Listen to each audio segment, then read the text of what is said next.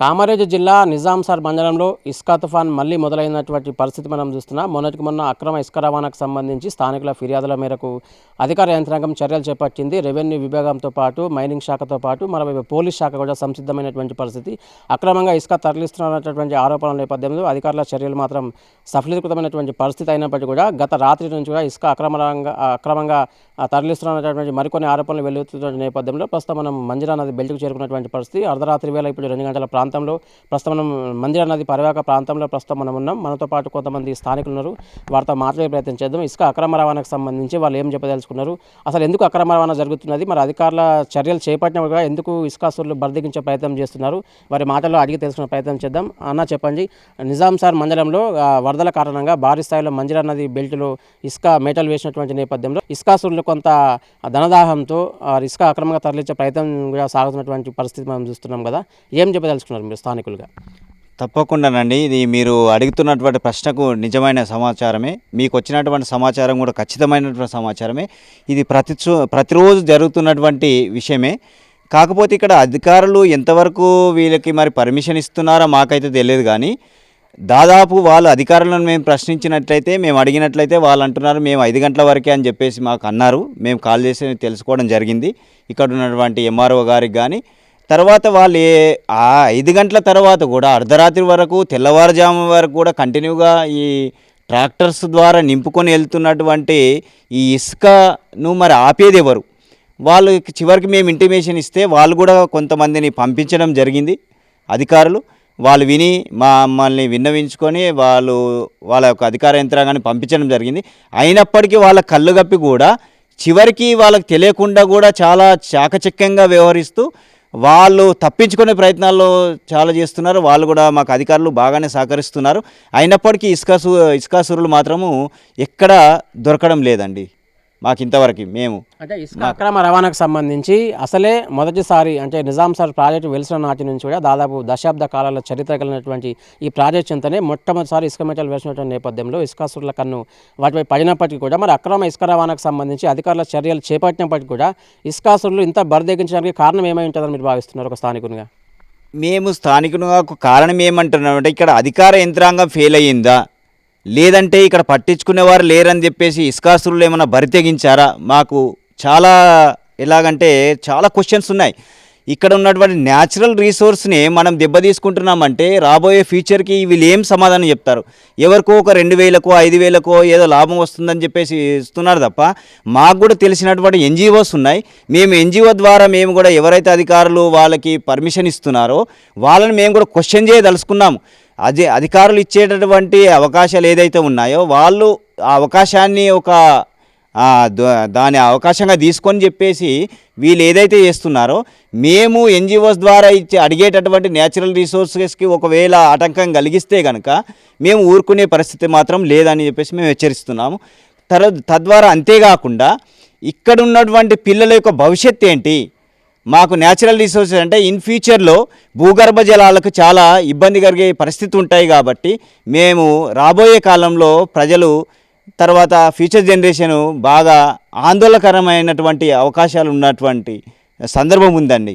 అంటే అధికార యంత్రాంగానికి సంబంధించి ఇటు పోలీస్ శాఖతో పాటు మైనింగ్ శాఖతో పాటు మనకు రెవెన్యూ శాఖకు సంబంధించి చర్యలు చేపడుతున్నామని వారు చెప్తున్నటువంటి పరిస్థితి. మరి అయినా కూడా అక్రమ రవాణా ఆగడం లేదు, నిర్విరామంగా కొనసాగుతుంది. ఏం చెప్పదలుచుకున్నారు? రైట్, తప్పకుండా అండి. మేము అధికారులకు ఒకటే అంటున్నాము, మీరు ఇచ్చేంత వరకు ఎంతవరకు పర్మిషన్ ఇస్తున్నారు ఒక విషయం.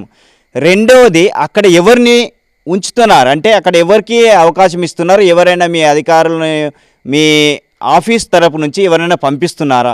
తర్వాత వీళ్ళు తీసుకెళ్తున్నటువంటి ఇసుక కరెక్ట్గా ప్లేస్కి వెళ్తుందా? అక్కడ వెళ్ళినటువంటి ఇసుక ఏ ప్లేస్లో మీరు ఏ ప్రదేశానికి ఇస్తున్నారో వాళ్ళకి పర్మిషన్ ఏమైనా ఉందా? లేదా మధ్యలో ఎన్ని ఉన్నాయి? ఇక్కడ మధ్యలో వీరు తీసుకెళ్తున్నటువంటి ట్రాక్టరు కరెక్ట్ ప్రదేశానికి వెళ్తుందా? మధ్యలో ఎక్కడన్నా మిస్ అవుతుందా? దాన్ని పట్టించుకునే అధికారులు ఎవరు లేరు. కాబట్టి మేము అధికారులకు ఒక్కటే రిక్వెస్ట్ చేస్తున్నాం ఏంటంటే మీరు ఇచ్చేటటువంటి పర్మిషను ఓకే, ఎంతవరకు ఇస్తున్నారు? ఒక 5 ట్రాక్టర్లకా 4 ట్రాక్టర్లకా మీరు ఇచ్చేటటువంటి ఎంత ఇస్తున్నారో మాకు తెలియదు. అది ఖచ్చితంగా మాకు పత్రికా సమాచారం ద్వారా కానీ మీడియా ద్వారా కానీ మీరు చెప్పాలి, మీడియాకు సమాధానం ఇవ్వాలి. అంతేకాకుండా రెండో విషయం ఏంటంటే మీరు అక్కడ నిర్వహించాలి, ఎవరిని పర్మిషన్ ఇస్తున్నారో వాళ్ళకి పర్మిషన్ ఏమైనా ఉందా? లేదా మధ్యలో ఎన్ని ఉన్నాయి? ఇక్కడ మధ్యలో వీరు తీసుకెళ్తున్నటువంటి ఇసుక కరెక్ట్ ప్లేస్లో మీరు ఏ ప్లేస్లో ఇస్తున్నారో వాళ్ళకి పర్మిషన్ ఏమైనా ఉందా? దాన్ని పట్టించుకునే అధికారులు ఎవరు లేరు. కాబట్టి మేము అధికారులకు ఒక్కటే రిక్వెస్ట్ చేస్తున్నాం ఏంటంటే మీరు ఇచ్చేటటువంటి పర్మిషను ఓకే, ఎంతవరకు ఇస్తున్నారు? ఒక 5 ట్రాక్టర్లకా 4 ట్రాక్టర్లకా మీరు ఇచ్చేటటువంటి ఎంత ఇస్తున్నారో మాకు తెలియదు. అది ఖచ్చితంగా మాకు పత్రికా సమాచారం ద్వారా కానీ మీడియా ద్వారా కానీ మీరు చెప్పాలి, మీడియాకు సమాధానం ఇవ్వాలి. అంతేకాకుండా రెండో విషయం ఏంటంటే మీరు ఇక్కడ ట్రాక్టర్స్ ఎవరెవరైతే ఉన్నారో వారికి నంబర్ ప్లేట్స్ ఉన్నాయా, ప్లస్ వాళ్ళకి డ్రైవింగ్ లైసెన్స్ ఉందా? మెయిన్ మాకు పిల్లలు, చిన్న చిన్న పిల్లలు రోడ్డు మీద ఆడుకుంటుంటే వాళ్ళు విపరీతమైన స్పీడ్తో దాన్ని నడుపుతుంటే దీనికి అధికారులే బాధ్యత వహించాల్సి వస్తుంది. మేము యాజ్ ఏ ఒక పబ్లిక్ ఎట్లంటే ఒక పబ్లిక్గా మాట్లాడుతున్నాం. మిమ్మల్ని ప్రశ్నించేది ఒకటే, ఇక్కడ జరగకూడని ఇన్సిడెంట్ ఏమైనా జరిగితే పిల్లలకి కానీ పబ్లిక్ కానీ ముసలి వాళ్ళకి కానీ ఎవరైనా జరిగితే, ఎవరైనా చనిపోతే మాత్రం దీనికి బాధ్యత మీరే బాధ్యులు వహించాల్సింది ఉంచుంది. రెండో విషయం ఏంటంటే, మీరు ఇచ్చినటువంటి ఎంతవరకైతే అవకాశం ఇచ్చారో అంతేకాకుండా ఇంకెక్కువ పోతున్నాయని చెప్పేసి మేము ప్రశ్నిస్తున్నాం మిమ్మల్ని. దానికి మీరు సమాధానం ఏం చెప్తారు? ఇది కావాల్సి ఉందండి మాకు. అంటే అధికారులు మాత్రం ఇసుక అక్రమ రవాణా అడ్డుకుంటున్నాము, చర్యలు కూడా చేపట్టాము, ఇప్పటికే కొంతమంది స్టాఫ్ను అసైన్ చేశామని చెప్పేసి వారు చెప్తున్నటువంటి పరిస్థితి. ఆయన కూడా అక్రమ రవాణా సాగుతుందని మీరు చెప్తున్నారు. దీన్ని ఎట్లా చూడాలి మేము? రైట్, తప్పకుండా అండి. అక్రమ రవాణా మాత్రం ఆగడం లేదు.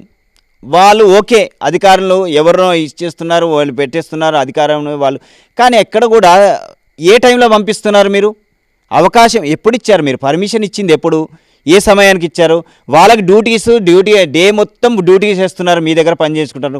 నైట్ డ్యూటీ లేదో మేము ఫోన్ చేయగాని చెప్పేసి వాళ్ళని రమ్మని అంటే వాళ్ళు ఈ మధ్యకాలంలో ఎన్ని ట్రాక్టర్స్ పోయినాయని చెప్పేసి ఎట్లా చెప్పగలుగుతారండి? వాళ్ళకి మేము అదే ప్రశ్నిస్తున్నాం. ఏమంటున్నాం, మీరు ఎంతవరకు ఇచ్చారో పర్మిషన్ అంతవరకు జరగట్లేదు, అంతకంటే ఎక్కువ పోతుంది అనేది మా బాధ. రెండోది, అసలు పర్మిషన్ ఎందుకు ఇవ్వాలి? మేము అడిగేది క్వశ్చన్ అది. పర్మిషన్ అనేది ఎందుకు ఇవ్వాలి? ఇక్కడే ఉందా? అసలు దానికి ఒక రెజల్యూషన్ ఏమైనా పాస్ చేశారా?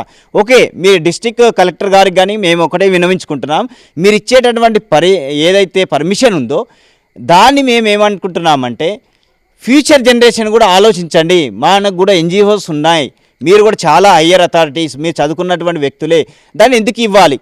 ఒక బిల్డింగ్ కట్టాలంటే మీకు ఒక 5 లక్షలు ఇస్తుంది గవర్నమెంట్. 5 లక్షలు ఇచ్చినప్పుడు 5 లక్షలు ఒక క్యాష్ రూపంలో ఇవ్వండి, లేదా ఇంకే రూపంలోనని ఇవ్వండి. అంతేగాని ఈ ఇసుక ఇస్తూ ఈ ఇసుకను మళ్ళీ మీరు వాళ్ళకి ఏ రూపంలో మళ్ళీ వాళ్ళ క్యాష్ ఎట్లా చెప్పగలుగుతారు?